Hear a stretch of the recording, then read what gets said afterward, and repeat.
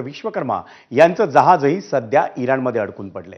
वीरेंद्र विश्वकर्मा यांच्या जहाजावर 33 कर्मचारी आहेत। तसंच 36 लाख LPG सिलेंडर भरले जातील एवढा गॅस त्यांच्या जहाजाच्या कंटेनरमध्ये। या जहाजाच्या बाजूला क्षेपणास्त्रांचे हल्लेही होत आहेत।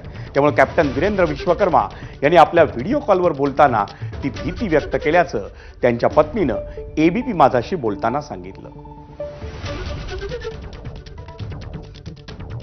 कंपनी से भी बात हो रही है, उनकी तरफ से भी अच्छा सपोर्ट मिल रहा है, उनको खाना पीना सब मिल रहा है। 2 मंथ्स का भी भर के दिया है, तो उसमें कोई चिंता नहीं है। बस वही है, वॉर चल रही है और रात को मिसाइल मतलब आजू बाजू गिरती रहती है, तो वही टेंशन चल रहा है।